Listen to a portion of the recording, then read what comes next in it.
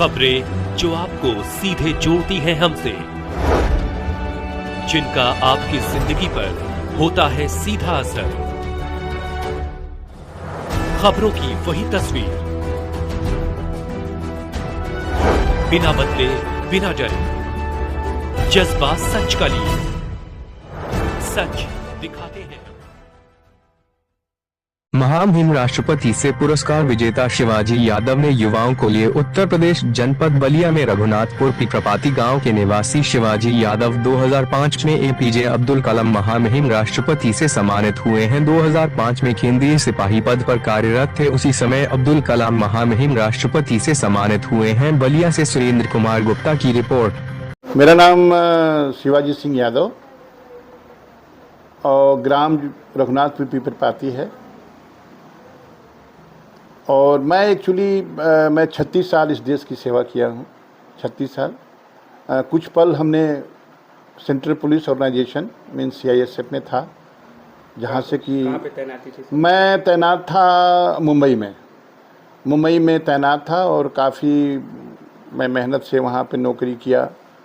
मैं सन 85 से मैं ज्वाइन किया था CISF में।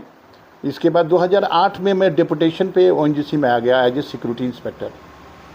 ठीक है, वहाँ पर भी हमने बहुत अच्छा काम किया, बहुत हमने जहाँ पे काम किया वहाँ पे हमने 1-2 चोरियाँ भी पकड़ी।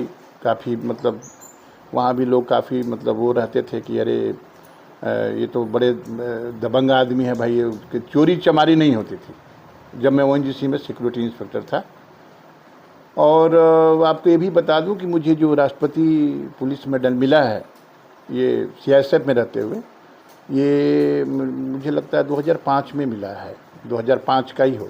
तो सर उस समय की क्या स्थिति हुई होगी जिस समय आपको राष्ट्रपति जी के द्वारा आपको सम्मानित किया गया, और कैसा आपका कार्यकाल रहा कि आपको इतनी बड़ी पुरस्कार से सम्मानित किया? देखिए, जिस समय मुझे राष्ट्रपति मेडल मिला उस समय तो देखिए, उस समय आप क्या पूछ रहे हैं बताइए दोबारा। आपको राष्ट्रपति पुरस्कार से सम्मानित किया गया, हाँ। तो काफी पल कैसा रहा होगा सर, और आपके लिए कितनी चैलेंज पूरा हुआ होगा कि आपको इतने बड़ा सम्मान से आपको सम्मानित किया गया? देखिए, सबसे पहली बात तो ये है कि मैं वहाँ पर रहते हुए मैं कई कार्यों में कई जिम्मेवारियाँ मेरे पास थी। जैसे वहाँ पर आपको पता ही होगा, मैं सन 90 से मैं मुंबई में था और मेरे कार्यकाल को देखते हुए हमारी पोस्टिंग वहाँ थी। और हर कार्य के वो कोई दंगाग्रस्त ड्यूटी हो या कोई इस तरह की ड्यूटी जो इमरजेंसी ड्यूटी आती थी, उसमें मेरा एक बहुत बड़ा योगदान रहता था। कोऑर्डिनेशन का, पुलिस के साथ कोऑर्डिनेशन, या इसके अलावा विभिन्न कार्यों में जो भी मुझे असाइनमेंट दिया जाता था हमारे उच्च अधिकारियों द्वारा, उसको मैं बखूबी एक ईमानदार सिपाही की तरह मैं निभाता था। और हमें उसका मुझे इनाम भी बहुत सारे मिले हैं जो अच्छे काम किए। और अच्छे काम करने के बाद में फिर मुझे इस मेरिटोरियस सर्विस के लिए मुझे राष्ट्रपति पुलिस मेडल मिला। तो ये है।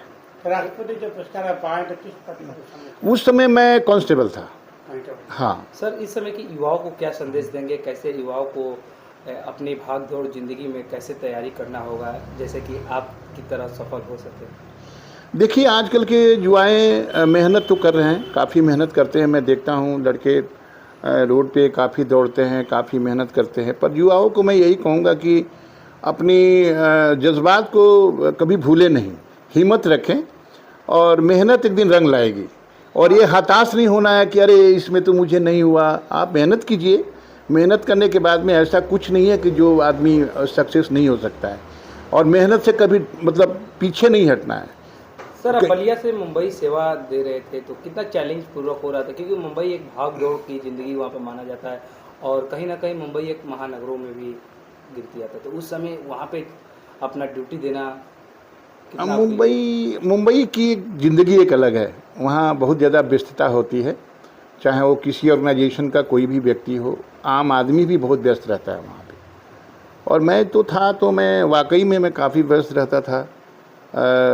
सवेरे निकलना, रात को आना, काफ़ी मेहनत से ईमानदारी से नौकरी करना, इनफैक्ट मुझे इतने इनाम मिले हैं कि मेरी सर्विस बुक भर गई होगी। सर आप युवाओं तक क्या संदेश रहेगा आपका, जितने जो आत्मदाय करते हैं इस समय एक कहीं ना कहीं नौकरी नहीं मिलता है तो अपने आप को डिप्रेशन में डालकर गलत कदम उठा लेते हैं?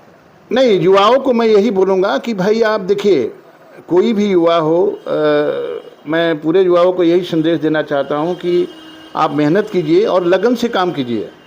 एक दौड़ने से तो नहीं होगा, आपको बेसिक भी तैयार करना पड़ेगा, आपको पढ़ाई करनी पड़ेगी, आपको जनरल नॉलेज के लिए आपको पढ़ाई करना पड़ेगा, तो उसके लिए मेहनत की ज़रूरत है।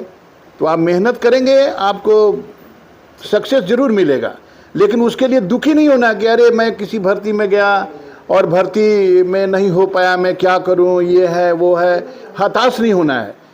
आत्मदाह किस लिए? अगर आत्मदाह अगर आप करते हैं तो अपने पेरेंट्स को या अपने माता पिता को आप धोखा दे रहे हैं। आत्मदाह बिल्कुल नहीं करना है। आप मेहनत कीजिए, तैयारी कीजिए, और मेहनत करेंगे तो आप एक दिन मेहनत एक दिन रंग लाएगी। बहुत बहुत